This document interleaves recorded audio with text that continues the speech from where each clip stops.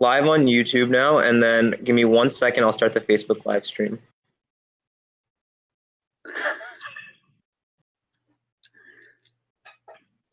Just breathe, guys. Okay, we are live. Hey, everybody. Jai Janendra. My name is Shikhar Shah. Welcome to our webinar on Jainism and health science careers, the second webinar in our career series. If you have any questions, please feel free to post them in the comments section, and we'll try to answer them as we go. Let's get started with the introductions. My name, as I said before, is Shikhar. I'm an anesthesia resident at Walter Reed, and I chose my profession because I enjoy the balance between working with my hands and my brain. I would like each of the panelists to go around, tell us their name, their profession, and what made them decide to pick that field.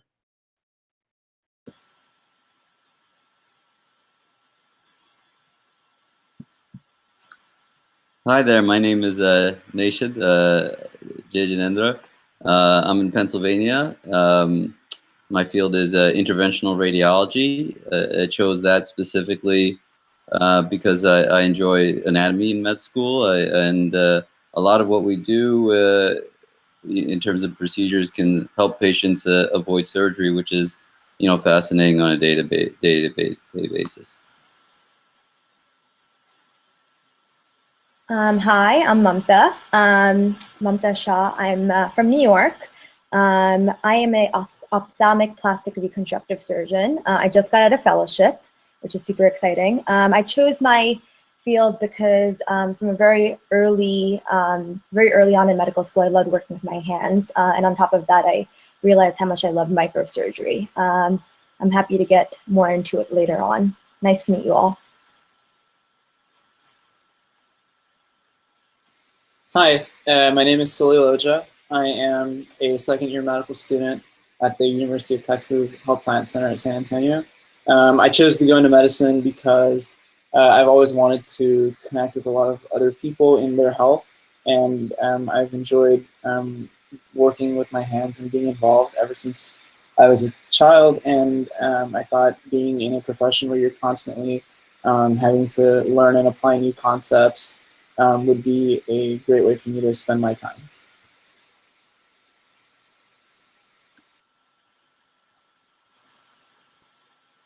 Hi, my name is Priyanka, and I am a newly minted physician assistant. I just graduated today, and I chose to become a PA because it allowed me to do everything a doctor could do, but also have lateral mobility, and that means that I can switch specialties as many times as I'd like in my career, and that would allow me to continue learning about different types of medicine and different types of populations, and just help others achieve their optimal health. Hi. Hi, I'm Sonali Vakaria. I'm an inpatient pharmacist at Beaumont Hospital in Royal Oak, Michigan. I've been practicing for about 7.5 years, and I chose this profession because I was asked to choose this profession by my parents at the age of 14. But I'm really happy I went into it because it still allows for me to assist physicians, nurses, patients in a very intense environment, while also having the flexibility that I need for my personal life.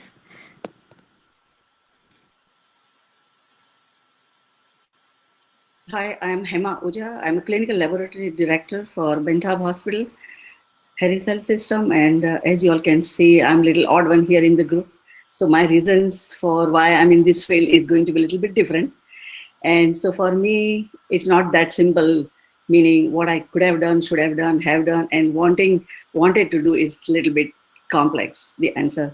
What I could have done, I could have become a dentist as I had got my admission from the wait list after I started my bachelor's in microbiology. But what I should have done is probably a yoga instructor, because I was a certified yoga instructor, and helping patients back home in India, and assign some patients also from the Yoga Institute. Looking back and knowing all that I know about Jainism, I think it would have been more in tune, more in alignment with Jainism principles, and that part I really miss. What I have done is in medical technology, and coming here, moving up the ladder, I finally did my master's, my MBA here. Because the reason for that being my personal and social reasons for choosing that field. And now what I wanted to do when I came here was perfusion technologies, because perfusionists, they pretty much operate the heart-lung machine, and I had a tremendous training back home in a cardiac theater. So that's what I wanted to become. And now any health industry is pretty much a service industry, and we all kind of serve the patients. And as you all know, physicians heavily rely on clinical diagnostic tests. So it's really fulfilling for me after all these years that we have been a part of the many sick patients, providing behind the scene diagnostic testing results. And being in the lab, we ensure that test results have accuracy, timely results, and the best service by providing the state-of-the-art equipment. So that's my fulfilling after all these years. Thank you so much, Iman, and thank you to all the panelists.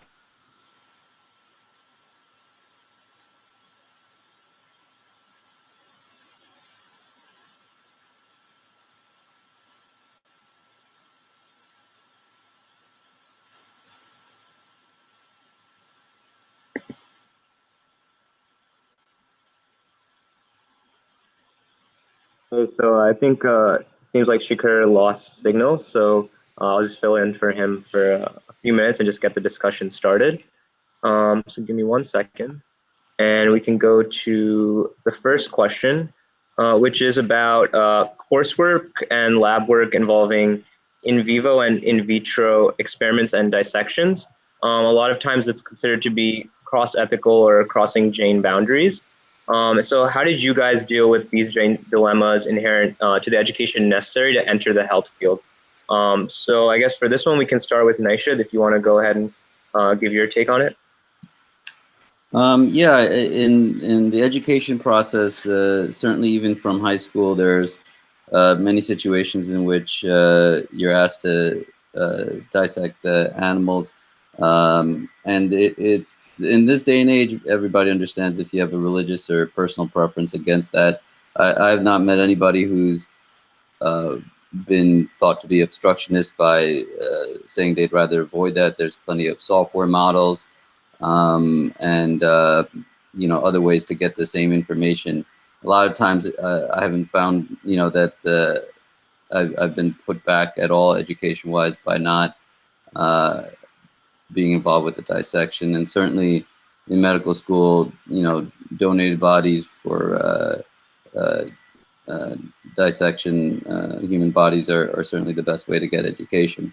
So yeah, I don't think it's as much of an issue as it used to be for those who are a little cognizant of it and able to voice their opinion. I'll let others speak before we go on to talking about experiments and ways to advance medical science with animal experimentation. I could say something for a second, which was that I think in college or in high school or in middle school, when you had dissections on like cats or frogs or animals for learning experience, I personally didn't ever get a lot out of that experience. When it came to college and I did research in an undergrad lab on my campus, I actually told the professor of the lab that I would be hesitant to kind of do what's referred to as animal sacrifices, which are used in like experiments that we conduct, and they're very understanding of that. With that being said, I did use in the lab that followed after that, we received blood samples from animals that we were using on research purposes. And I mean, I still made it clear to the the PI, the head of the lab, that I would be hesitant or not really feeling very comfortable with actually sacrificing the animal for research purposes, and they were understanding. I just felt like it would be hard to do the kind of research that is so prevalent today without an animal model. And so I was always kind of in that dilemma, and I still am, but I sort of tried to go for the option that lets me still be involved in research, but not as involved on the animal sacrificing. That, I mean, I think in general, even if I'm not involved, the lab that is using animal models will be using animal models. So that was sort of my experience in it. But in medical school, the cadavers that are used for anatomy teaching are like Nishad said, they really are the best way to learn. I don't think I would have been able to learn without that. Those who donate for medical research donate with consent, and I think that makes a very big difference for me. You know, I agree with Sal, because I'd say human cadavers, especially if you're going into something surgical, there's really no replacement for them, and it feels a little bit better that these are people that are donating, knowing that their sacrifice is going into something medical. So I don't think personally, with the field that I'm in, that there could be a replacement for human cadaver dissections. I think that was probably one of the best courses in medical school. With regard to research, I think I agree with what everyone else has said. I've always tried to do more clinically relevant research that's not involving animal dissections, animal models of any sort. And I do think that there is a way to maneuver through medical school without, compromising those beliefs. I just wanted to chime in and say that I totally agree. I had a similar experience where in college, many of the labs use animal research, and I knew I wanted to get some research experience, but that didn't align with my Jain beliefs and my personal ethics. So I sought out opportunities to do clinical research, which means you're working with real patients or subjects who are volunteering to be part of a study, and that also allows you to gain that experience that may be necessary for pursuing a professional healthcare career. And you can do clinical research as a full-time job as well as a research coordinator. So there are definitely other opportunities to pursue research outside of animal research.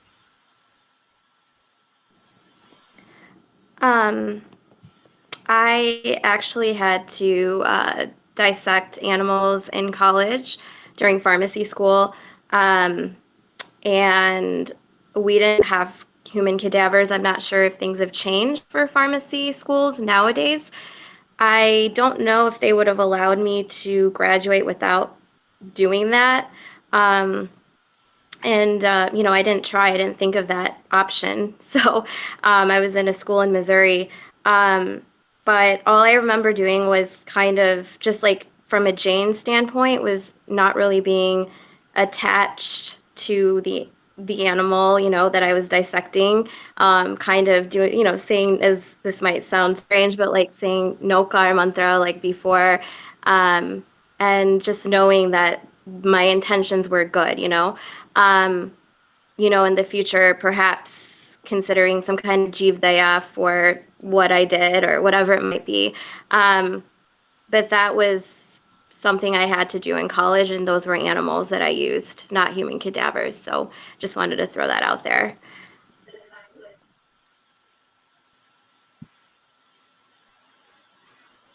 And certainly if somebody else is in a position like Sonali and you're not sure what your options are, and if you can get around animal dissection, you can, it's very easy on the PETA website to negotiate which colleges and which medical schools still have animal testing and which don't. And if you do find that, you're put in a predicament that you're not comfortable with, PETA is very responsive to championing your cause for you these days. So if you just let them know, hey, I'm in a difficult situation, I don't want to do this dissection yet. I may not be able to graduate. You know, even as an anonymous person being involved, they'll champion your cause and do their best with all their resources to make sure other people aren't in your same situation, in your same university or medical school. So for everybody listening, you know, we've all sort of gone through this in different ways. So hopefully you can benefit from our experiences.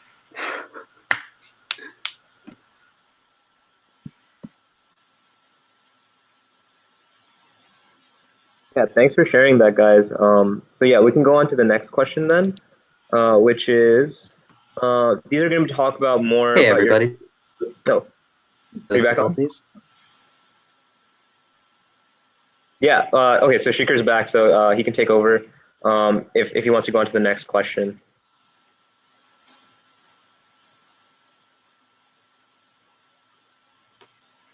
Okay, I'm not sure if his audio is working, so let me read this question. We'll try and get that sorted in the meanwhile. So the next question is, do Jain beliefs set you apart from professionals in your field? And if so, what are the positive or negative impacts of that? And for instance, have you been able to apply certain Jain ideologies to your practice or your work in any way? So for this one, maybe we can start with Mamta. Sure. I mean, I think the main thing that I thought about when I saw that question was third-year rotations and the philosophy of Anekantvad, and that's, I think, kind of ties in pretty nicely. Throughout medical school, you're going to meet a lot of different personalities. They're not going to always be the most in line with what you think ethically or morally, or you might have a different perspective on what's right to do for the patient. I think that particular philosophy of different views makes you a little bit patient, a little bit more calm. And I'm sure just like us, there are different philosophies that do offer that kind of view, and other people that feel that way too. But it definitely, I know, leveled me, third year especially. And yeah, that's kind of what I have to say about that. That's one of the many tenets I think that have helped.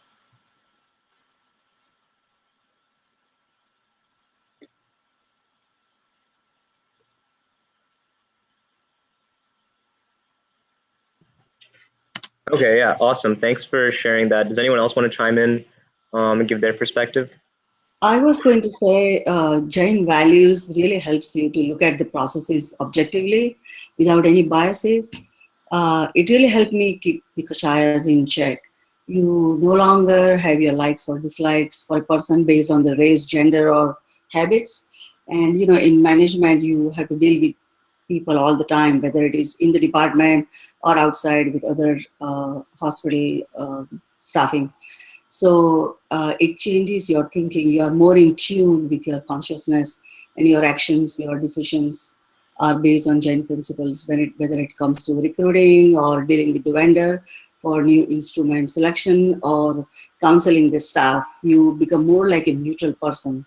And you know, working in a county government hospital, there's a lot of bureaucracy and politics involved. So Jain values helps you to get through those obstacles, keeping yourself as a not attached to those games, and you don't get caught up in those games.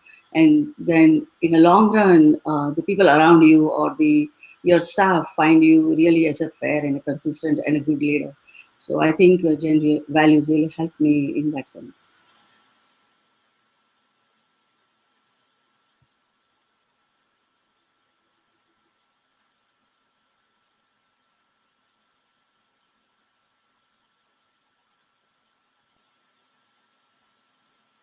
I would also like to add that I think aparigra is a very important principle from Jainism that I applied to my practice. When you're working with patients over a long amount of time and you see them go through, you know, various phases of an illness, it's easy to get attached to somebody and to, you know, be attached to their care and their person, but you're there to treat them medically, and you have to be able to realize how to separate your emotion from your objectivity of medicine.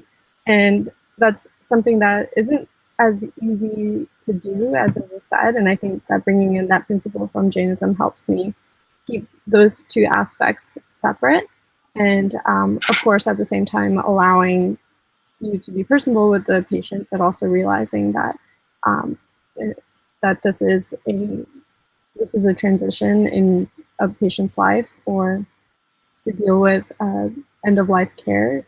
It's a good way for us as providers to be able to balance our own emotions that are tied to such circumstances. Yep, definitely. Oh, sorry, Nation, please go ahead. Yeah, the only thing I'd add is that I'm used to, just in my non-professional life, when I'm at the grocery store, checking the ingredients, seeing where things are, the products I'm about to consume, where they come from. And I think that might be a little difference in my practice as well. I take a little bit more interest to see where how particular medication has come, or, if a particular product is, animal-based or not. I mean, that's completely you want to do the right thing for your patients. You don't want to hold your beliefs up to them. But if you have products that are completely equivalent, one which comes from HINSA, one that doesn't, you can use that in your judgment of what you want to do, similar to knowing what products you consume, where they come from. Thank you so much, Nishad. I'd like to add that I've found that neutrality in the Madhyastha Bhavna that Jainism preaches is super useful during technical difficulties, such as the one we were just going through.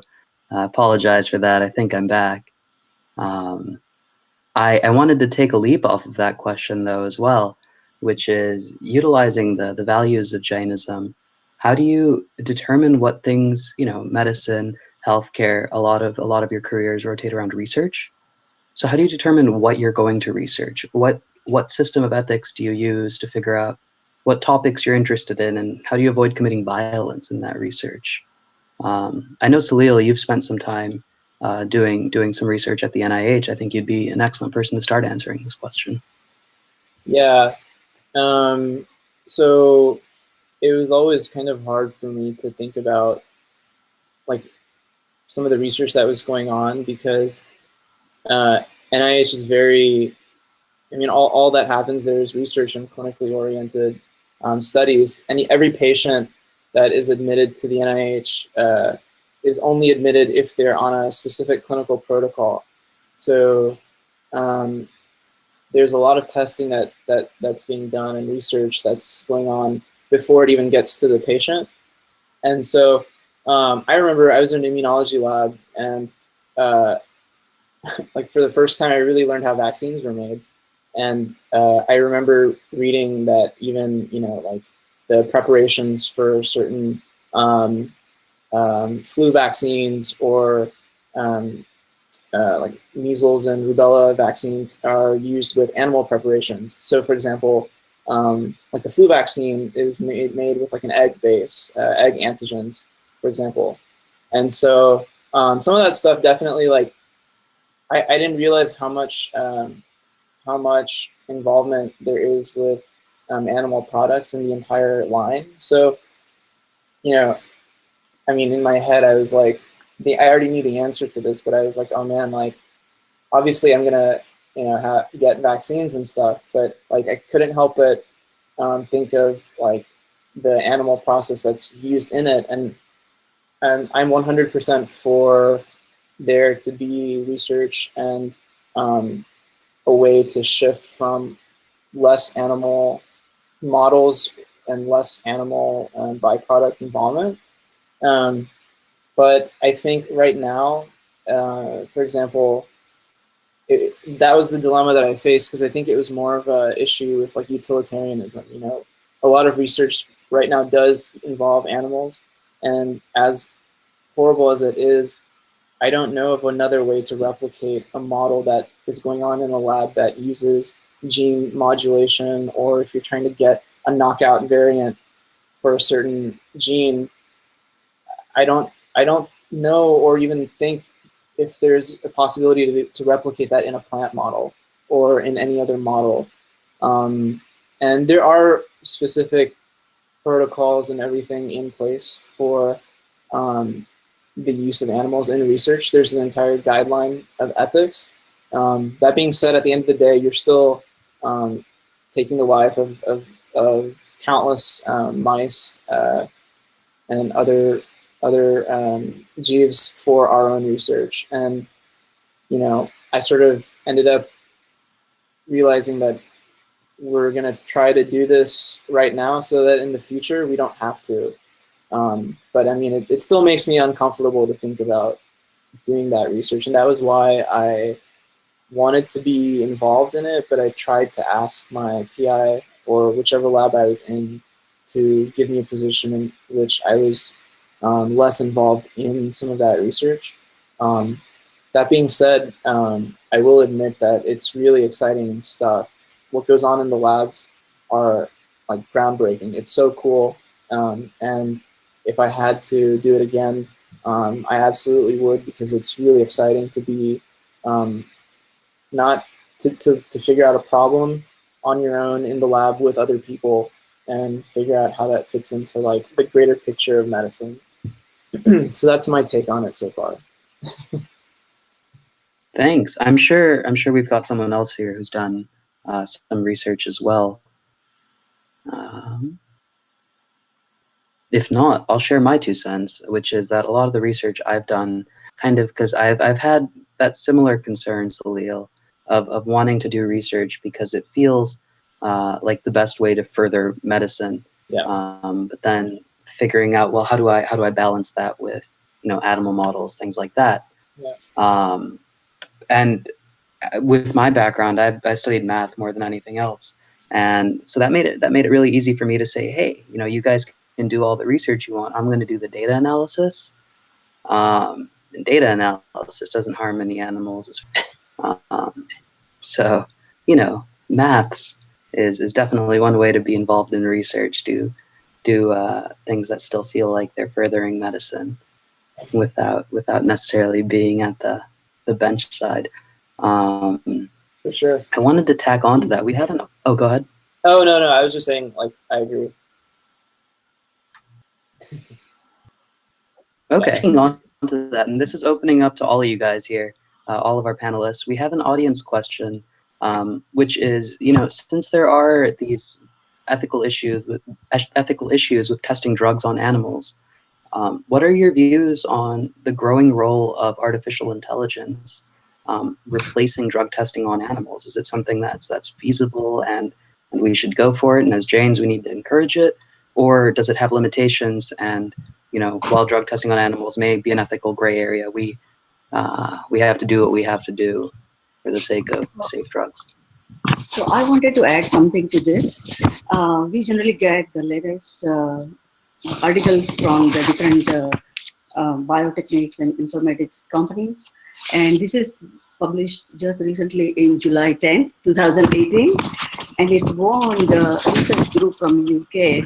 They won an international prize for its contribution toward replacing, refining, and reducing the use of animals in research and testing. The group are now working on 3D simulation of the human heart to further explore cardiac safety. So if you allow, I want to read a little bit on it. The University of Oxford, they have developed computer simulation that are able to outperform animal models in drug trials to predict the clinical risk of drug-induced arrhythmias. The group were able to test a new cardiac drug in a virtual human for adverse side effects with an accuracy of 89 to 96%. The results were published in the Frontiers in Physiology that demonstrate the advantages of using computer simulation over animal models in early drug trials, because every single drug goes through a drug trial testing in animals. And the improvements these approaches can make to drug safety. And further it says the using animal models to test new drugs, which is a crucial component of almost every drug. It allows researchers, why? Because it allows researchers to assess the performance of the drug in living system. However, despite their many genetic and physiological similarities, drugs perform differently in humans than they do in animal models, such as mice. So utilizing animal models is also expensive, time-consuming, and not to mention growing moral objection to their use. So they really promote computer simulation. which can really have good specificity and sensitivity. I don't even know what we could add to that. Anyone? Anything? That was pretty thorough. Thank you so much, Haimanti, for dropping the latest literature. I feel like that answered the question thoroughly. We'll move on to the next one, I suppose.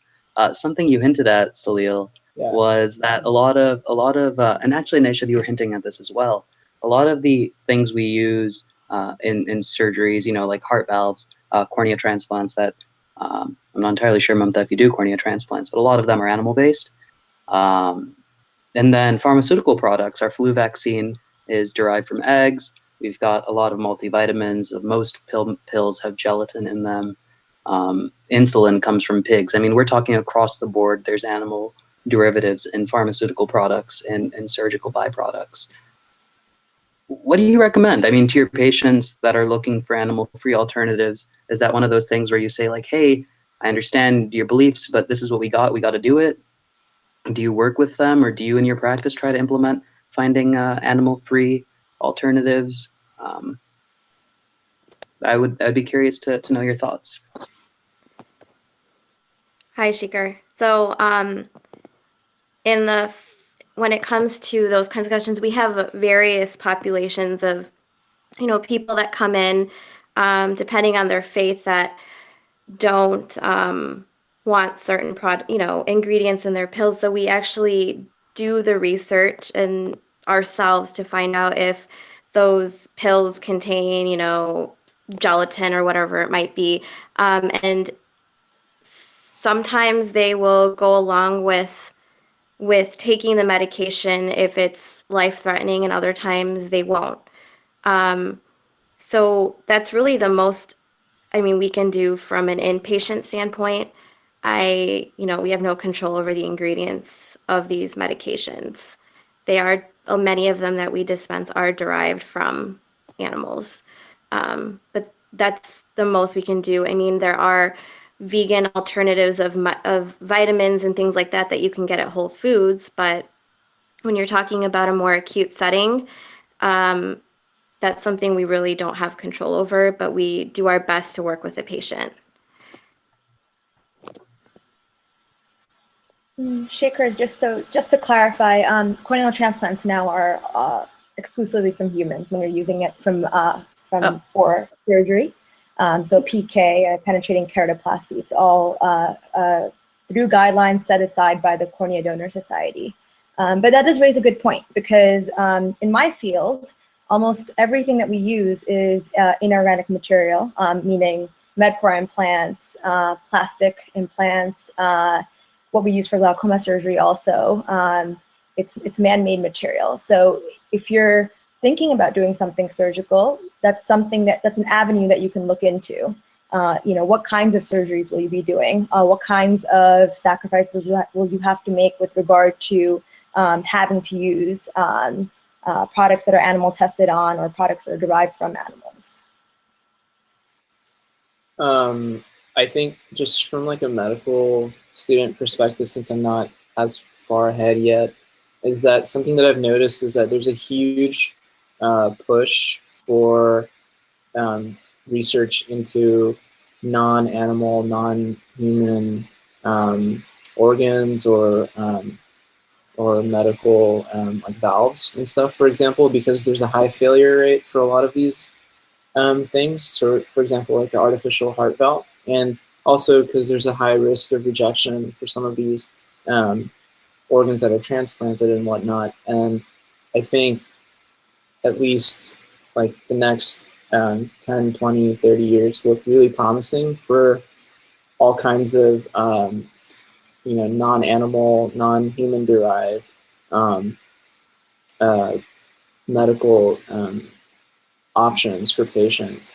And I think that'll be really exciting to see what happens in the future. I think one thing that I'd like to add is also on the preventative medicine side, or on the outpatient side, there is a big push for lifestyle changes, and a lot of this stuff can help prevent even the later use of pharmaceuticals that may include animal ingredients. And when you're making these recommendations to patients, I personally like to do some research on integrative medicine and see what studies have shown what plant-based ingredients can help in a person's health. So for example, on my OBGYN rotation, I learned from my preceptor that for HPV infections, eating more cruciferous vegetables can actually help decrease the load of the virus. So things like that, I think, can always be a more non-invasive and, so to say, Jain-friendly approach to preventing things from happening and even treating patients who have a lower mild stage of a disease, and thus aligning with our beliefs as well. And for someone like me who's very attentive to animal ingredients in food and following a Jain diet, this is something that I personally implement into my practice and prioritize, because I want to be somebody who's also promoting these values to my patients that is in also a manner that is effective for them in them getting healthier. It's also important to remember that, you know, there's a bit of conflict of interest when you have the same beliefs as someone who is in an acute setting and, let's say, does not want to have a non-vegetarian product. You know, we're not the only religion, or we're not the only sort of division of a religion in some ways that has strong beliefs that sometimes result in life and death situations. You know, in my field, I commonly come across Jehovah's Witnesses who do not want to have a blood transfusion regardless of the situation they're in, and it's well accepted in medical practice to allow them to make that decision on their religious on the religious basis, and not, despite how much blood they're losing, give the transfusion that you know could potentially save their life. And it's sometimes harder from the vegetarian or vegan perspective to make that same call and to help your patient make that same call. So it's all, to me, it's helpful to go have a baseline to go back to. And for me, I always think, you know, what am I doing for my Jehovah's Witness patients, or what am I doing for some of my Muslim patients who refuse to have any product from particular animals, so that you don't completely use the bias that you're coming in with to make the decision for that patient. Naisha, I think that was an excellent point right there that I hadn't thought about before. I appreciate everyone else's points as well. Just jumping off of what you said, though, Naisha, it got me thinking about something. The eggs are somewhat ubiquitous in anesthesia. We use Propofol for so many patients, and it has like egg and milk derivatives in there. It's a lipid emulsion.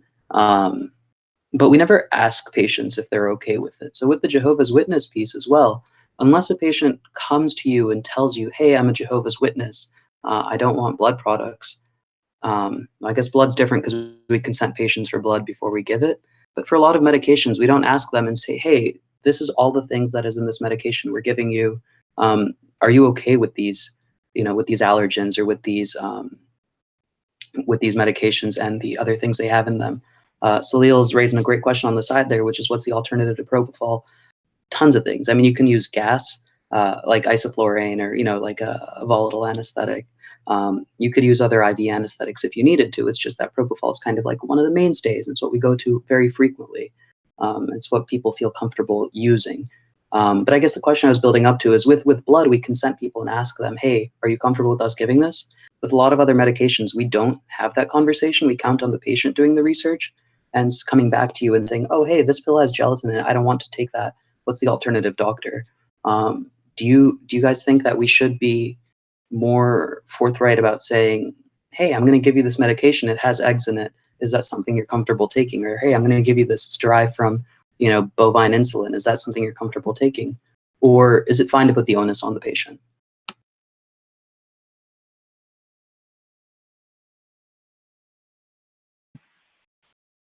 I think it's probably the way medicine will head. This conversation is probably 5-10 years ahead of its time. But I think that the idea of religious and personal preferences in medicine is really going to get there to a point where we can document in our electronic medical records patient preferences regarding what they want, what they cannot have. But certainly we're not there yet. I personally don't go out of my way to ask my patients, outside of these particular things like blood transfusions, whether they have objections to animal products or anything in particular. If they express it to me, I will by all means go out of my way. I find my duty to find the right product for them. We've been talking about the flu vaccine. Recently I found out that there's a nasal spray called Flu Block, which is not derived from egg, and so that I offer that to my patients, especially pediatric patients whose parents are making their decisions for them. So for Propofol, maybe sometimes you can use a little Versed and fentanyl. You can offer these options to patients and tell them what the risks and the benefits are. But like you said, we don't have a great system right now where that's done on a regular basis. I do think that's in the works, though, just based on how much things have changed in the last decade. I think that also, sorry, go ahead. Okay, sorry. So just from the acute setting, sometimes it's very busy, or a very urgent situation where, I don't know if you guys can see me, but it's a very urgent situation where those questions aren't always asked. And I mean, there could be a question when a patient's admitted in the hospital, like, is there a particular restriction that you have when it comes to your religion or diet that you would want for us to investigate further, kind of off of what Naishad said, and that we could do all the research necessary if there's time, but there's not always time in a hospital setting to do that.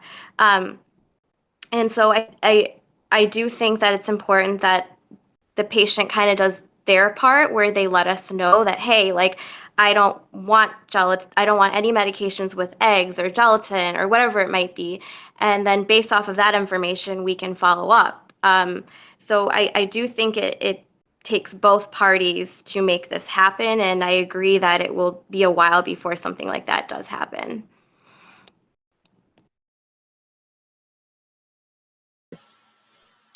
I was just going to add that in the preoperative setting, it makes it, I guess I was just going to talk about the hindrance to what you're saying, or what you're asking, which is, how do you personalize medicine, kind of? How do you make sure that certain people know exactly what's going into them, whether it be through an IV or through oral medications? In the preoperative setting, it's really tough because there's such a set protocol. Things are on military time almost. And I think the first thing you need to figure out is, how do you streamline this question into everyone's protocol? And that would be awesome if we could do that. I think it's still a couple of years, hopefully just a couple of years until we can do that. But it's what makes, I think, the surgical setting a little bit tough. I just wanted to add to this one, what Dr. Nishad said.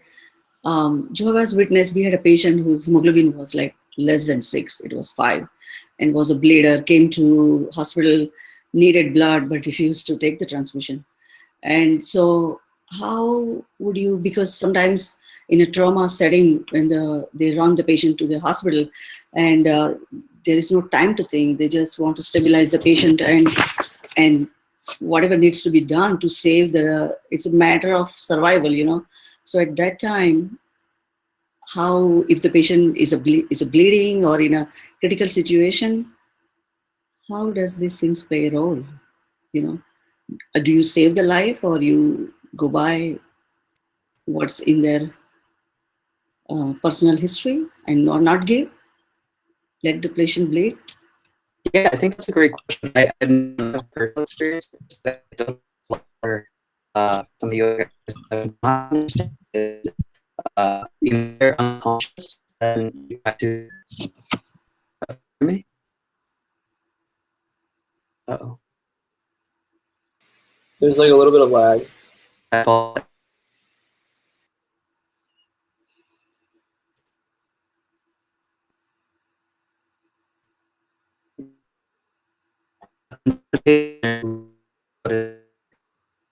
Then you do everything you need to save their life. But if you can talk to the patient, if you think that they're with it enough to explain what they want, then you kind of follow. It's their life, you know. It's their prerogative to do what they want. I would again love for some of the other medical professionals here to jump in. Yeah, I mean, it's very. This is akin to whether you know that what their resuscitation status is. Are they DNR? Are they not? You don't know their allergy status in the acute setting. So, in the acute setting, not having any information, not having any family, you really do everything that you would want done for you or for anybody else. And if in the end you find out that this was not part of their wish, you really are not. You can't lose any sleep over that. You know, you work with the information you have. You could very easily give somebody who came in with a trauma an antibiotic that they're allergic to, and now you've caused multiple problems, but you had no way of knowing that if they came in as an unidentified person. So, you know, similar to religious beliefs, cultural beliefs, you have to assume that it's, you know, the Western norm of where they, you know, or the location that you're at, and work with the information you have.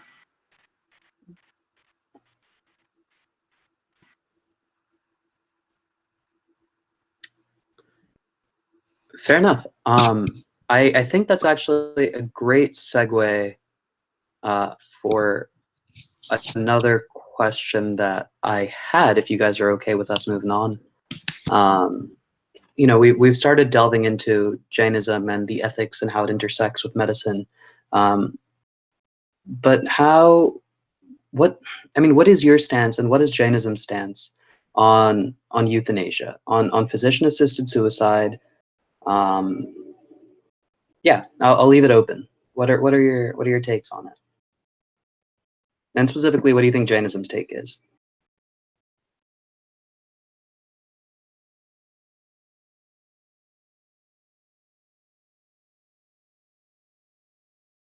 So let me give you some background on the question, why I thought it would be an interesting question to ask. It feels inherently, it has this wrong gestalt to it. You know, physician-assisted suicide, leading or helping someone end their life, just doesn't seem Jain. That's not a real answer, but it doesn't feel right. But we do have a practice in Jainism that I'm sure I'm going to get schooled on later by Priyal and others. You know, this idea of sanlekna, this idea that if you feel like you've kind of accomplished all you want to spiritually, then you are allowed to fast until death. And that, yeah, those two seem at odds with one another. It's difficult to rationalize the two. And again, as healthcare providers, I think it's not too far away. In some countries, it's already happening where physician-assisted suicide is a thing. Would just love to know your take and what you believe or how you interpret Jainism's take on this ethically heavy topic is.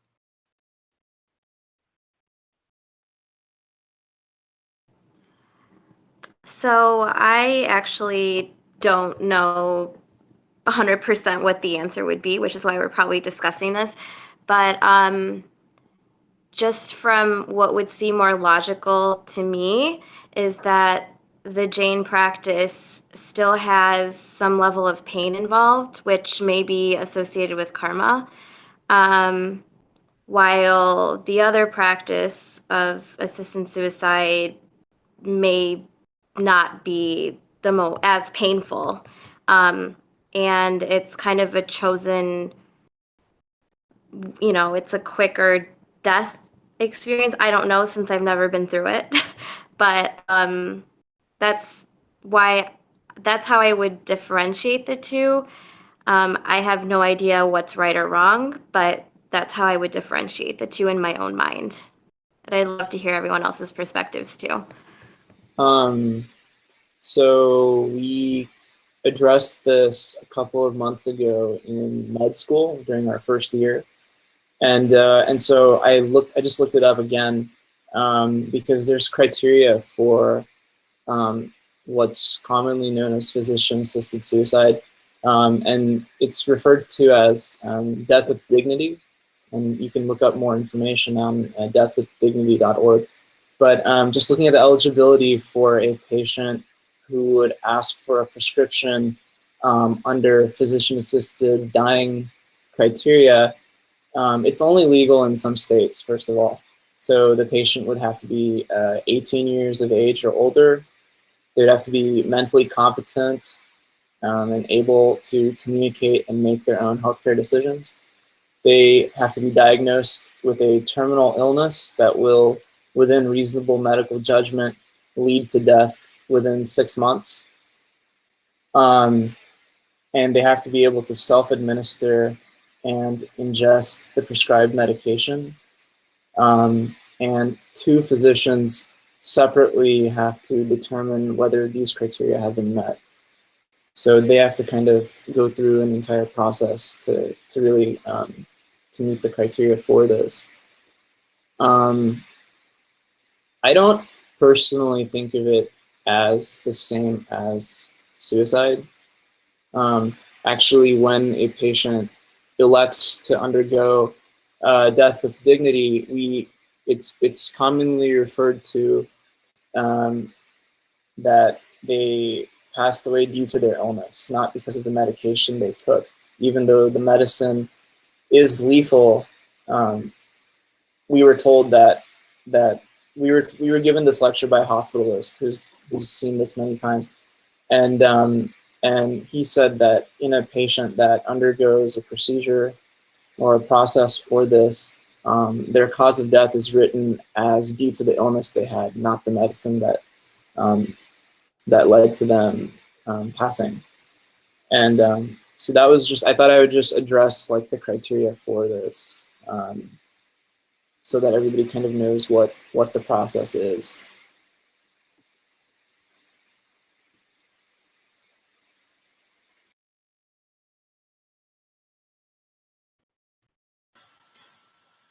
I also don't know much about Sunlikhna, but just doing some quick research, there's a text by Margaret Batten. It's called The Ethics of Suicide, Historical Sources. And in that, there's references to Jains with terminal illnesses that have pursued Sunlikhna.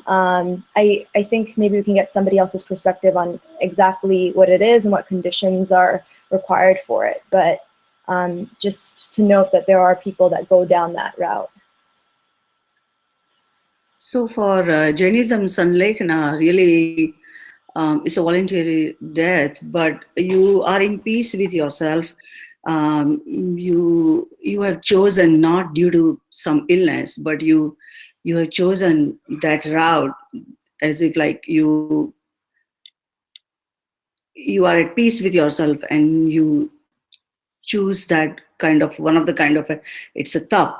But when you choose to end your life due to illness, your intent is different than what your intent is for Sunlikhna. That's what I think.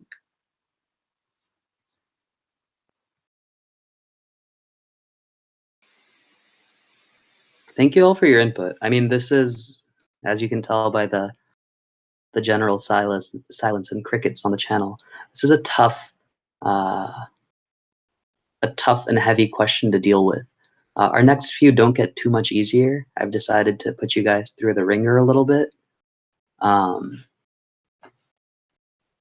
moving on, you know, without any sort of, okay, so I appreciate all of your input. I appreciate Hemanti, you clarifying the difference between, you know, Sunlikhna and physician-assisted suicide.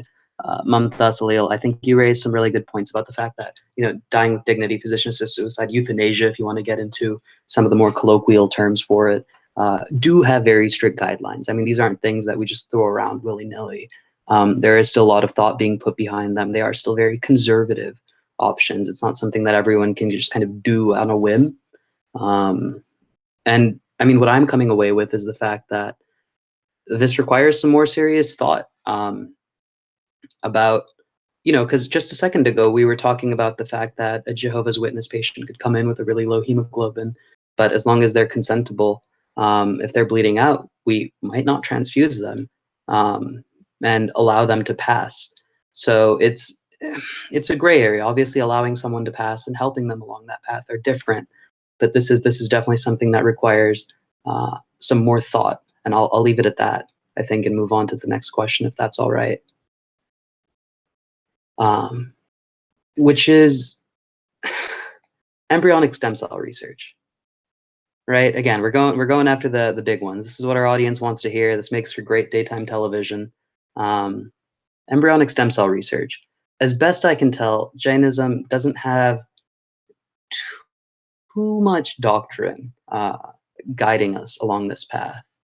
I personally haven't been able to find any Jain texts that should lead us one way or another.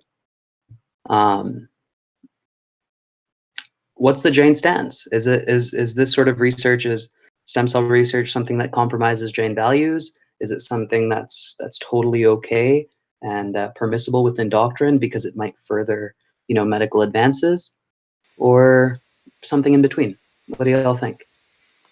So I think there's like multiple types of embryonic stem cell research, right? So there's like derivation from humans, which is I think what the person who asked the question is referring to, in which essentially a human embryos is essentially like extracted and used for research. There's derivation from other animals, which is getting back into the question of like animal use.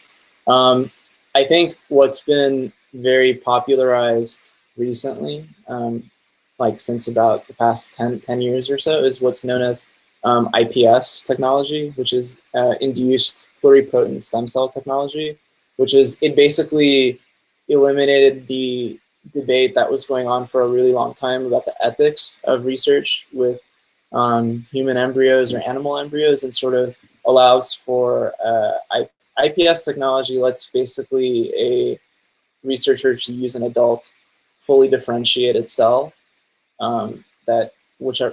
you can use a cell that's already been growing and is not from an embryo, and use what are known as transcription factors to kind of induce the cell to go backwards in its development.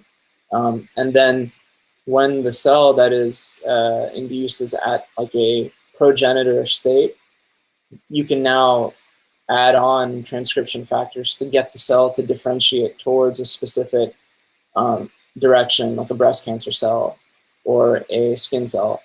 So I think that's I think that's what's more in research right now. That being said, I do know that there are use of human stem cells in research right now.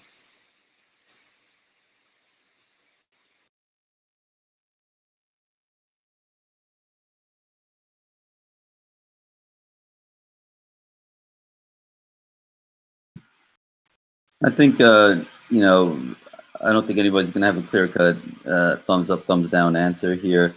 The level of HINSA involved is going to be the core of this question. And this is probably something that's going to go far beyond a panel like this, but also need some Jain scholars to weigh in on, this type of technology and, cells that are multipotent or not multipotent, and if there's real HINSA occurring in the testing of these cells. I honestly have no answer, and I'm fortunate enough right now to be in a field where the research is not concentrated along embryonic cells, so I've been able to avoid it thus far. But from the audience or from the panel, if anybody has a question, wants to take this to the next level because it is a real concern to them, my recommendation would be to form a small group to research,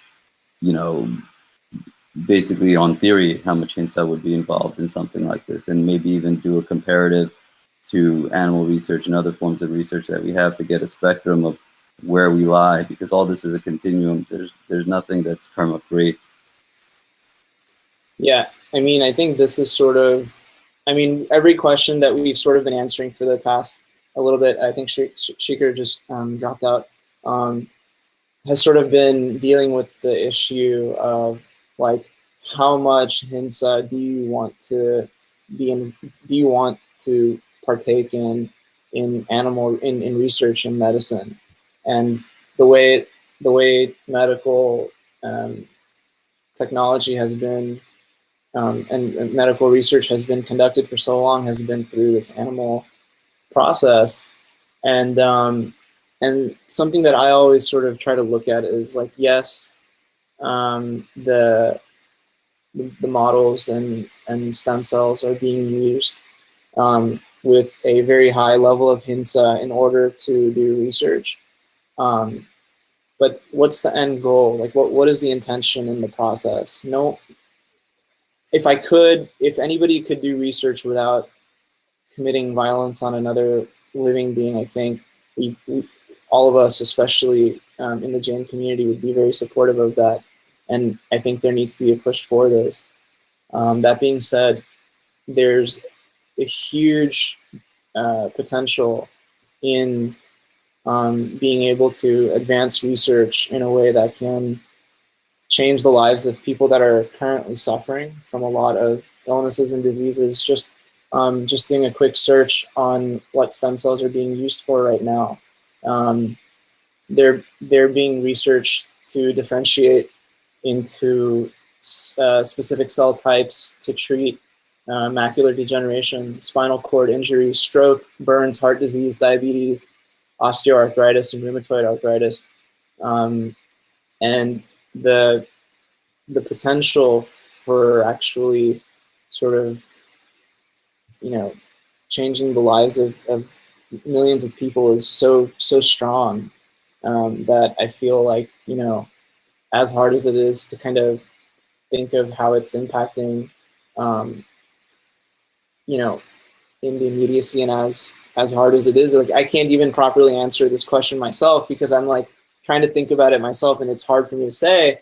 But I feel like right now the benefits, in my opinion, are very strong to be able to save the lives of people that are currently suffering. And I think, I definitely hope personally that we'll get to a point where we don't have to ever use these kinds of models and experiments ever again. And that's sort of been the progression of a lot of technology over the years. No one uses the same instruments or methods for certain ways of studying anatomy that they did 200 years ago, for example. So YJ asked me to take over for the time being that Shikhar is not here. And so I'm going to be moving on to the next question. And it's just going to get a little bit harder. And so I'm going to ask the panelists that are here. Okay, sorry, give me one second.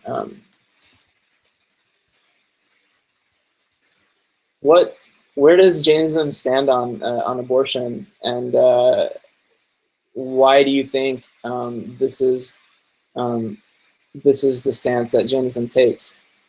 And I know it's going to be a little bit quiet for a little bit while you guys think of an answer, and that's okay, because we might end up pushing the session a little bit. So take your time to answer, but people are very interested in hearing your opinions.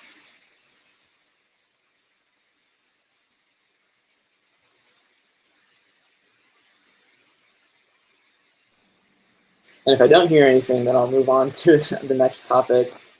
I'm try to take a stab at it. Go for it. So just from what I know and also my intuition, I would say that Jainism probably would not support abortion just because there's a whole bunch of things involved with, there's a lot of karma involved, hinsa, all that stuff, right? But I don't think that necessarily means that as a healthcare practitioner or just a human being that I could necessarily tell someone else what to do, or, just using anekantavad, like, I haven't been in that situation, so I don't know how it would, how the process would be or anything like that. But I would just, like I said, I would think that it's going to be something that would not be supported by Jainism, just because of all the karma involved and all the violence that could be involved. And if you'd like me to elaborate on the karmic portion, I can, but I don't know if you'd want me to. So I also kind of agree with Sonali. I would say, for me, I would say that if it is a medical necessity, as ordered by the physician, it's a different story. That is required, but not otherwise. You know, in Jainism, we talk about not even walking on the grass or drink boiled water during tap and wearing mupatti to even not hurt ekindriya jivas. So how I don't see that anyway justifies taking the life of a panchendriya jiva willfully. So I myself really not support abortion unless it is a medical necessity.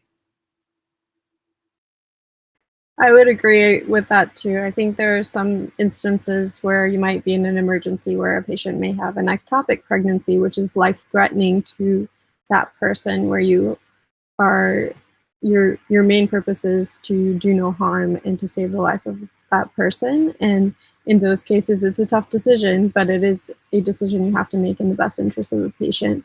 But I definitely do agree that abortion is something that doesn't necessarily align with Jain values, in that we believe in nonviolence, and especially to a 5-sense living being. And I think as healthcare providers, this is something that's interesting, because if you're working in a specialty where you have to deal with this, such as emergency medicine or OBGYN, where a patient is asking you, can I have an abortion? Can you do it? Or what do you think I should do? It's something you have to think of objectively also, but also at the same time sticking to your beliefs, where you might have to say, you know what, this is not something that I personally do, but we can recommend you to a provider who can provide you the best counseling and care in your situation, and put that on the patient to make their decision themselves. Because sometimes, you know, we have our beliefs, but the patients may have other reasons for why they may or may not want an abortion. And it's kind of crossing boundaries sometimes to push our own beliefs on them, but also we can stand up for our own values, but provide that adequate care for our patients. Personally, something that I've sort of been thinking about is, like, I think we all now see the Jain perspective on this, and I definitely understand and agree with this. One thing that I think is very hard to think about, but happens to many, or has happened to many people, is that sometimes an abortion might not be one of those things where it's medically required, like an ectopic or an emergency situation, but a woman might be sexually assaulted or raped, and as a consequence becomes pregnant, and in no way was that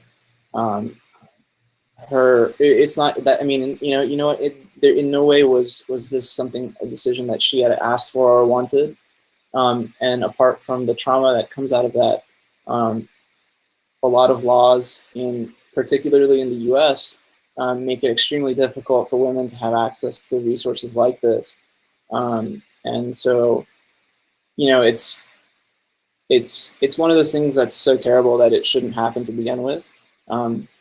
We are in the 5th ara, so Jainism has the explanation for why bad things are happening around the world, and it's supposed to get worse in the 6th ara.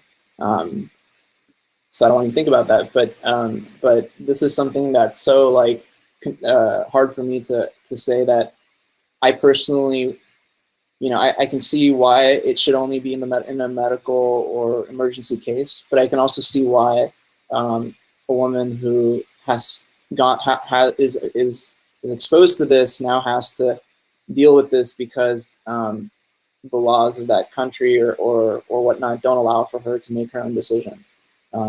And so I just wanted to put that out there as like another take on this question, because there are emergencies that are very clear, in which this is very logical, you know, of course. And there's also things like this that happen and make it very, very hard for people to figure out what to do.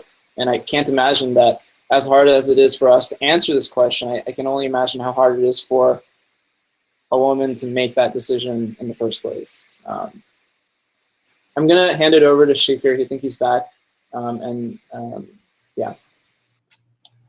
Hey, Salil. I figured you would lighten it up while I was gone. Sorry. No. Thank you again. These are difficult questions, and we appreciate the fact that the audience is so invested, is thinking about some of these topics. They're tricky. They really are, and they require a lot more insight than I think our esteemed panelists can, with our limited purview, provide. But something I do think that we have a panel who can more than thoroughly answer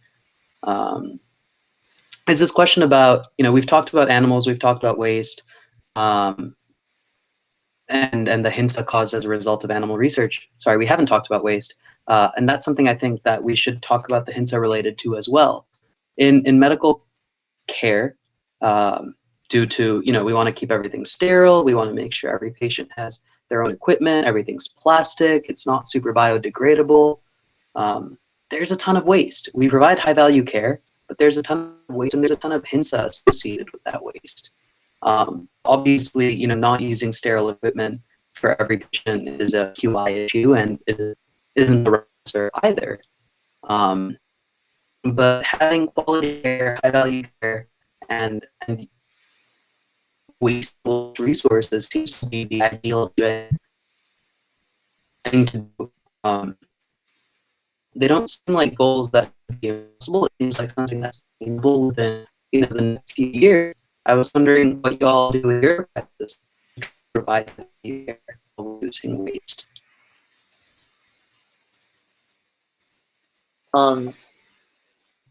I didn't hear the entirety of your question. I think there's a little bit of lag going on, Shikhar.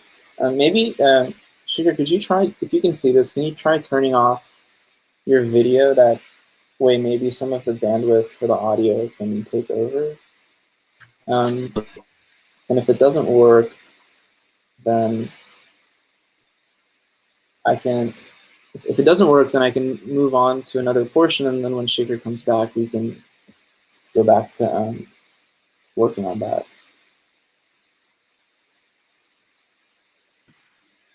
I think from what I could gather, I think the question he was trying to ask is what we can do in our own practices to decrease medical waste while we're trying to keep everybody sterile and safe. What things we could do. And this is actually kind of at the heart of a lot of what I do. In my field, there's a lot of high-end equipment, disposable especially, and every patient is prepped head to toe for even the smallest procedure. And I think the main thing you could do is do your homework to see, from your state and from JACO and other ways, what the sterility barrier is needed for particular procedures, especially if you're doing smaller, non-operative procedures.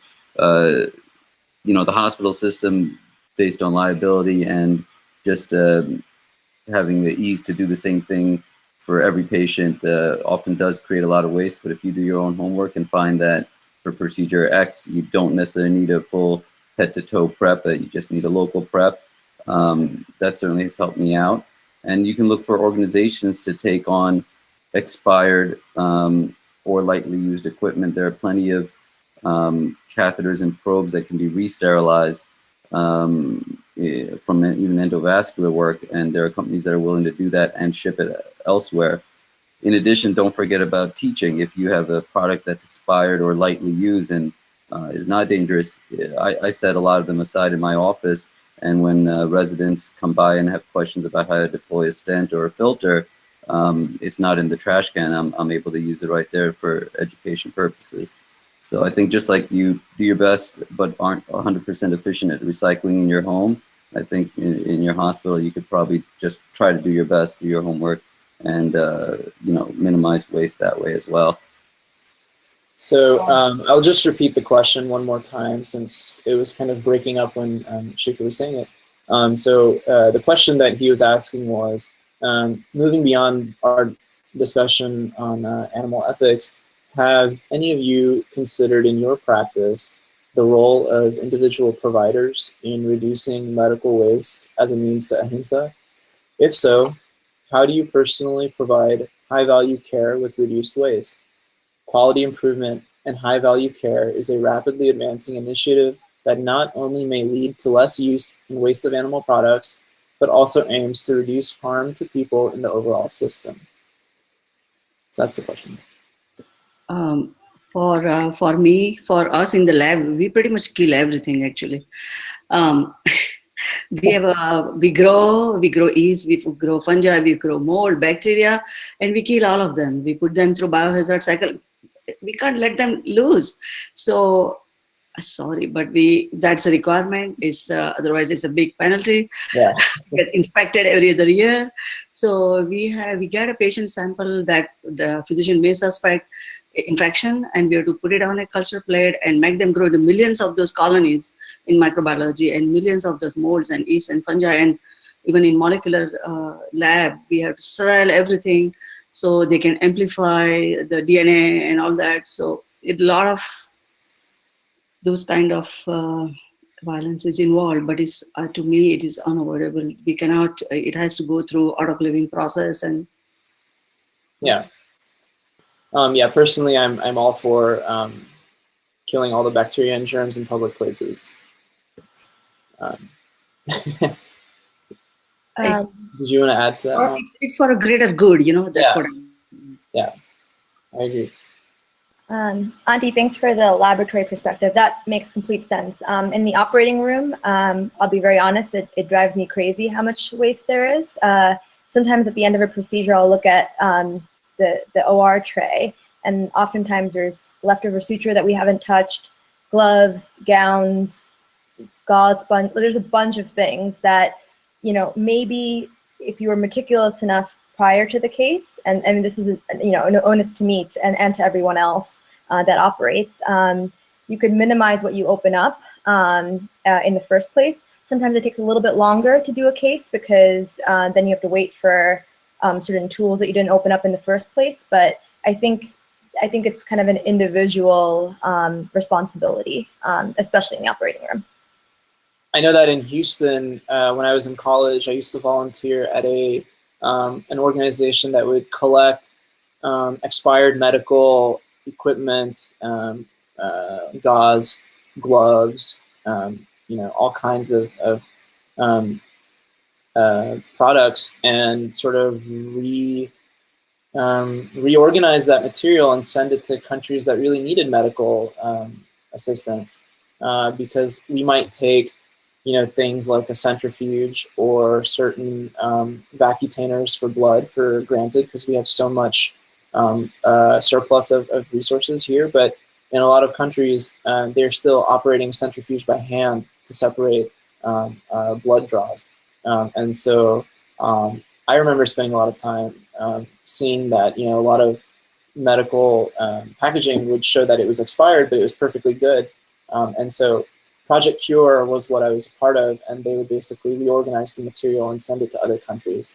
I thought that was a great use of medical resources that were perfectly good, but can't be used here in hospitals due to liability, but are perfectly okay with being used elsewhere. So if no one has anything else to add to that question, I'm going to move on to some more questions. So what resources, both on and off campus, should college students who are interested in a healthcare field not miss out on? And I think anybody who's recently been through this process might have a really good take on this. Priyanka, would you like to say something? Yeah, sure. So I think that some important on-campus resources include reaching out to alumni who are in that field. Most universities have some sort of network or online platform where you can see what alumni are doing, and even alumni who are not necessarily professionals already, but maybe in school, are great resources to reach out to learn more about the process, to learn their story and what influenced their decision in deciding what healthcare profession line to take on. And I think off campus, utilizing resources like local clinics, depending on what specialty you're looking at, and reaching out to providers there to mentor you and to maybe provide opportunities to shadow or to work are great initiatives that show that you are very determined and excited about the profession, and that can result in equal support from the colleagues you work with. Sonali or Mamta, I was wondering if you might have any takes on this as someone who kind of has been quite successful in their path. Yeah, so the one thing that I recommend, and I think most medical schools have this set up, and maybe most undergrad campuses too, but I always am of the mindset that it's always nice to see exactly what you're getting yourself into. So in terms of resources, there's always some sort of, so let's say you're trying to get into medical school versus you're already in medical school and you're trying to decide what path you want to do. I would link myself up with somebody in internal medicine. I would, I guess, just reach out, try to shadow. That was a very common theme throughout undergrad for us. I was in a 7-year program, so maybe a little bit different, but it was a common theme. The other cool thing to do is, I remember we used to do this thing called like voluntary HIV testing on people, on patients on the medical campus, and that way we kind of got accustomed to the medical campus and the healthcare system while we were still on the undergrad campus. And most undergrad campuses do have, I guess, links to do things like that, flu shot clinics, HIV testing, things of that nature. I found that really helpful. For me personally, I thought it was nice. I mean, I kind of, I volunteered in an emergency room in high school. And I really personally chose to go into medicine because I saw patients in the ER that were, like, of all groups. You would see patients that were like fighting with each other and they got shot. You would see patients that were fighting to like keep food on their table and they didn't have money for any resources. And I would see patients that would come in and have nobody with them, and they would be without a family. And so I thought it would be a good option to kind of, I wanted to personally be in that kind of a field where I could sort of connect with people around their health, which suddenly, we take it for granted, and then we're sick and all of a sudden, like, we can't focus on anything other than getting better. And I thought that would be a great thing to be involved with. And so for me, I think if you're in college and you're interested in a career in medicine, it would be nice to kind of see what your life might look like, 10 or 15 years out if you choose to pursue it. And I went back to the emergency room to volunteer in college. And so I would get to interact with, nurses, residents, PAs, attendings, even people that would come in from other departments like neurosurgery or orthopedics. And that was what appealed to me about being in the emergency department as a volunteer, because you're sort of able to observe a lot that goes on and not really be too involved because you're just a volunteer. And so it let me really decide what kind of a field I wanted to go into. And so I think if you're interested in medicine or even remotely considering it, you should definitely try to get in touch with your closest hospital and see if you can be involved as a volunteer in some way. I can promise you, even though you might be feeling like you're spending your time in which you could be better studying for like the SAT or the MCAT or something, you'll never miss out. You'll always learn something from volunteering. And I would keep like a Word document on my computer of patient of like experiences that I had in the ER.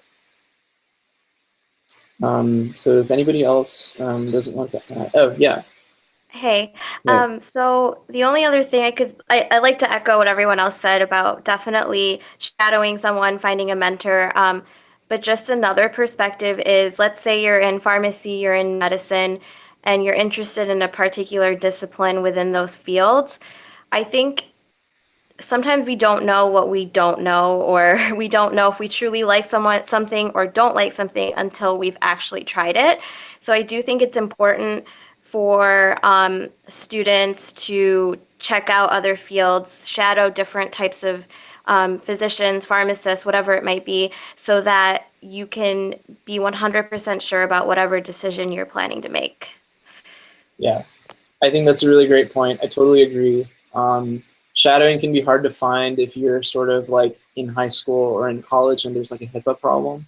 And I used to go about shadowing by reaching out to physician clinics, and that was a great opportunity for me to kind of observe patient interaction with the doctor, and just observe them. So I have something to add, more from a practical perspective, from all my years of experience and being in the hospital and talking to several of the pharmacists, attending meetings with the pharmacists, physicians, nursing, and all those different personnel. I would say that if you are willing to sacrifice like 10, 15 of your precious years of your life, by all means go in medicine while your other friends are enjoying and settled and get the heartburns from drinking all that coffee. But so go for medicine if you like that profession that way. If you going for nursing, if you are interested in moving up in management, I would still I think that in the nursing you have more opportunities, in the sense that there are several units. You can become a charge nurse, nurse manager, admin, and go all the way to C-suite, to CNO, if that's what you like. What I have observed recently in pharmacy, and that I could be wrong in that, but a lot of compensation is based on the skill required. So because of the computer software, sophisticated computer software, and lots of automation, they have pharmacies, they really need them for IV. And for example, in lab, we have a fully automated lab. So even microbiology, nobody even touches the specimen, from plating to all the way to images on the digital screen to ID and susceptibility is all fully automated. So so don't go into lab field completely. It's really boring and dead end, because you don't need very skilled technologies. These functions are taken over by these automated instruments. So, and you're compensated for your skill level. But what I would say is bioinformatics is really a great field. We do need computer programmers, because they have a fun job, they write programs, and especially molecular genetics, it's still a growing field. There are always changes, new assays coming up, new instrument coming up, and from moving from manual methods of spatial stain for biomarkers and identifying the lymphoma, leukemias, they have moved to flow cytometry, which is also going away, which was specific to flow cytometry. It was more specific for the markers. Now in molecular genetics, which is a primer base, where they're looking for DNA mutation sequence. Now, in bioinformatics, there are a lot of information available, a lot of data is out there, but we need someone to write a program to interpret those results. So going to lab field, get more education to become a PhD and become a section pathology director, so that you can help interpret those results. Otherwise, bioinformatics is a great field. I had a manager come up yesterday, and he said his son, he's a petroleum engineer, and he is at California, and he has a project in Middle East, and there was oil rig, they had some problem. It just stopped working. So he simulated everything on his computer and sent the data over there. And when they implemented that data, they could get it working. So we need a lot of those people who can write the programs and unfold these molecular genetics. Thanks, Mom. That's a really great answer in tying in different aspects of experience that you can get and provide. So I'm going to ask, this is a more specific question. I think Nashad might know or be able to answer a little bit specific to this. And anybody else who might have had a similar career path. But what are the differences between a 7 or 8 year program compared to the traditional 4+4 path? And by that, what I mean is, you know, a lot of programs to get into medical school or whatnot. There's 4 years of college typically, and then 4 years of medical school. So that's the traditional 4+4 path.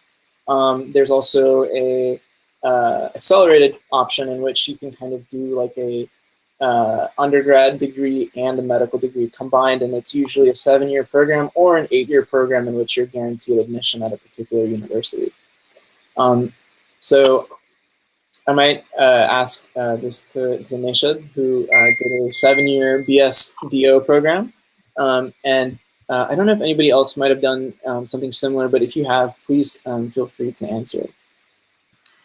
Yeah, I know Mamta has also done a 7-year program, so I'd be interested to hear her take as well. Yeah, I mean, I have a lot of opinions on this particular topic.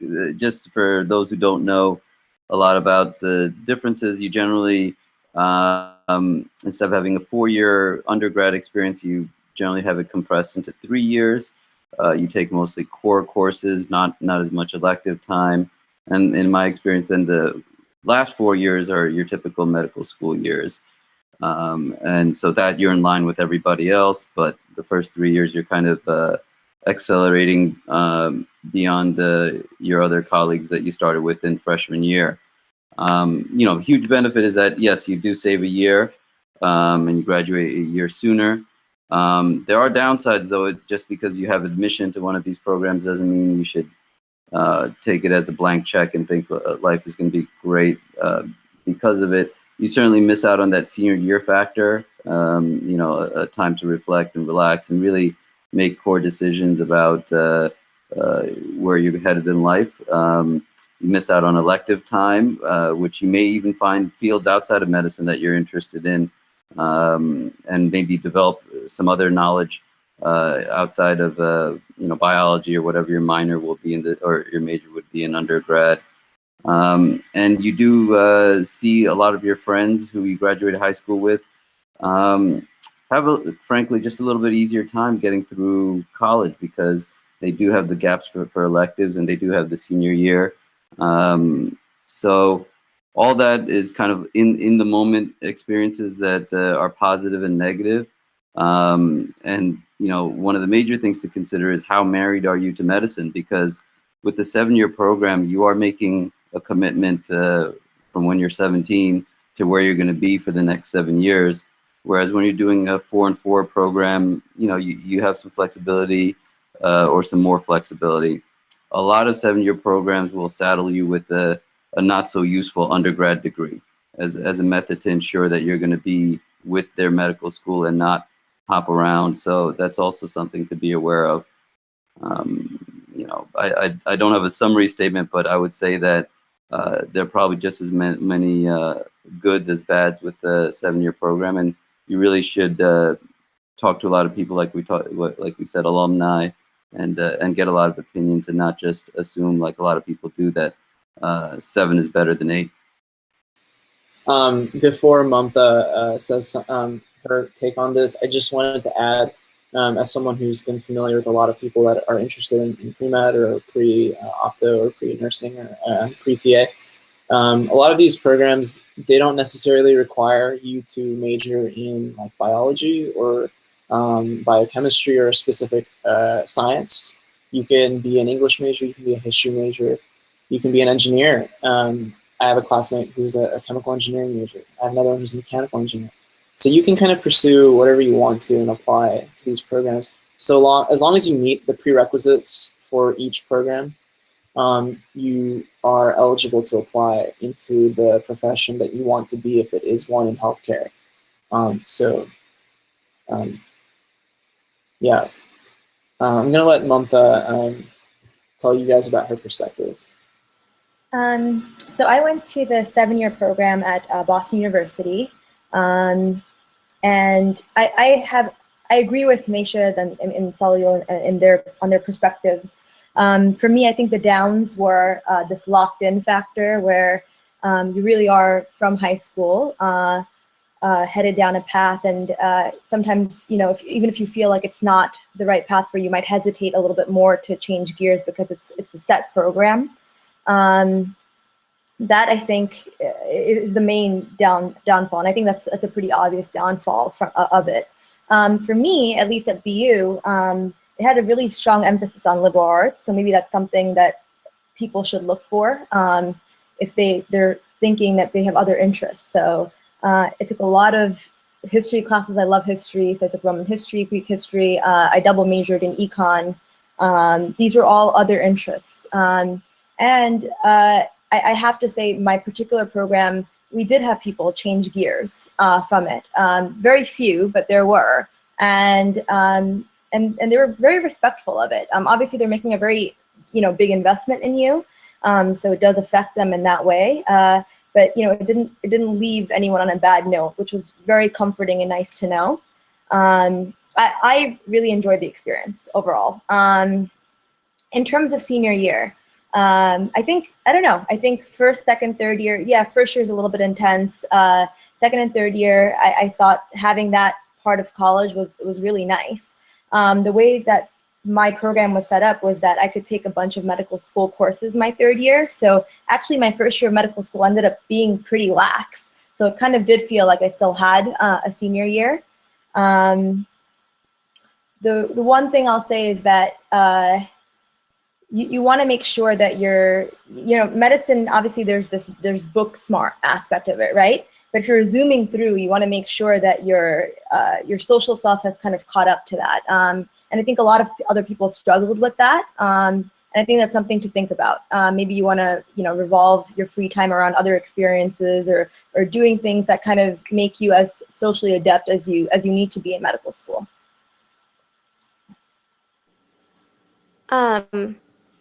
I'd also like to add something. I did a direct 6-year program out of high school for pharmacy. So in case anyone's interested, that does exist.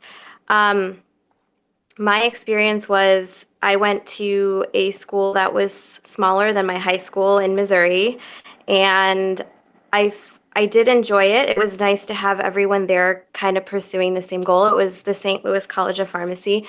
No ties to St. Louis University or Washington University. But what I did feel was I didn't really get the full college experience.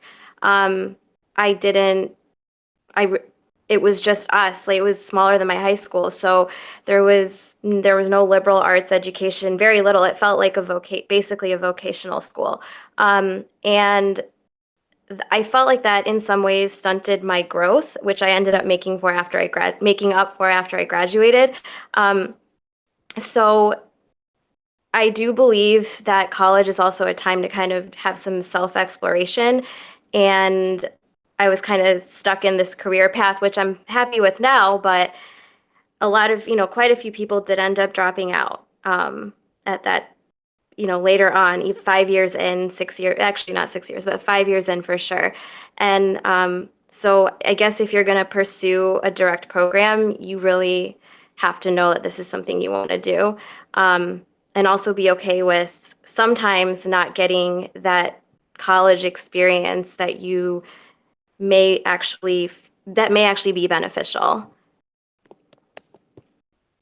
Yeah, thanks everybody for chiming in on such diversity of their experiences in the process. I think going into a healthcare field, as you can probably tell, is a lot of years of dedication and commitment, and it is a lot of delayed gratification. I can tell you myself that I spent a lot of time in the library compared to my colleagues, just like studying away on some like organism or enzyme, and it just takes a lot of time to sort of persist through this. Priyanka, did you want to say something? Yeah, so I just wanted to talk a little bit about the timeline for PAs. So for PA school, it's usually between 24 months to 36 months. My specific program was 27 months, and you go directly through. but a lot of the time you have students who take a break in between undergrad and PA school and pursue some sort of patient care related experience, because you do have to attain a certain number of hours before you can apply for PA school.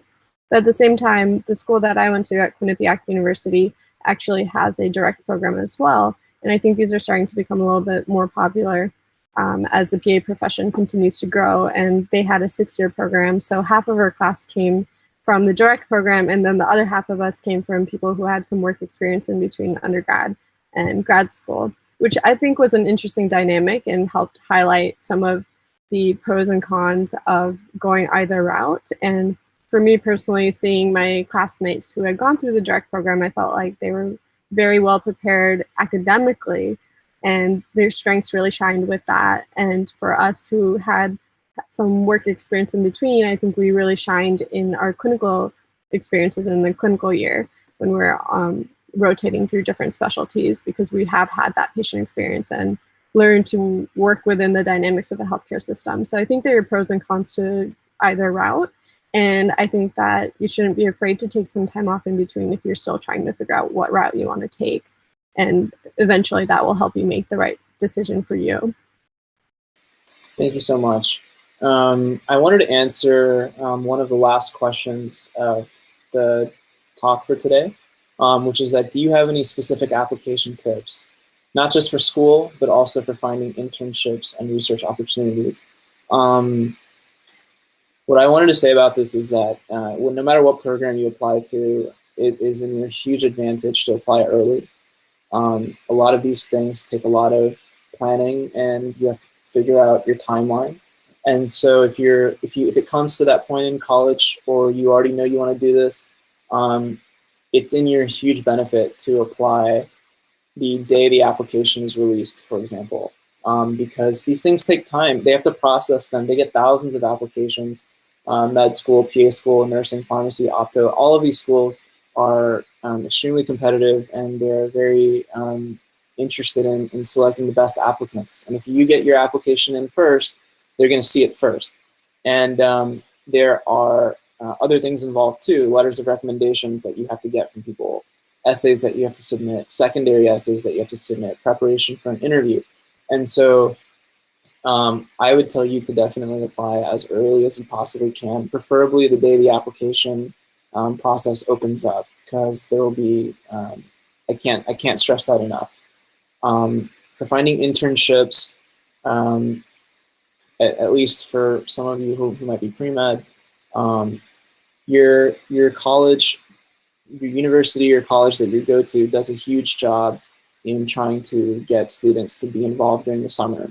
And so this might be a summer research opportunity at your school. Some of them have undergraduate research fellowships. You might be able to do research with a professor in another department. You can also reach out to programs on your school's specific pages for natural sciences or engineering or education, or any major that you're involved in, and see if there's a way you can get more involved during the summers. And that was sort of how I personally got involved in research for the first time. With healthcare, it's a little bit different in the sense that your internships will help your application, but a lot of these things are very, these application processes are very hardline numbers based. So they're going to be very interested in your GPA, for example. They're going to be very interested in your MCAT score for med school, or your DAT score for dental school, and similar, exams that you must be taking for entrance to nursing school, PA school, whatnot. So definitely try to plan out what you want to do each summer, because if you want to go into one of these programs, you're going to have to really commit. You're going to want to commit as hard as you can, and aim for it. So I think it's important to plan out your time in college, and that can really help you. So with that, I think we're going to start wrapping up. And wow, I'm so impressed with all the questions the audience has asked. I came into this not sure how many people would be involved, but I can tell that from all the questions you guys are asking, you're very interested in what young Jains have to say.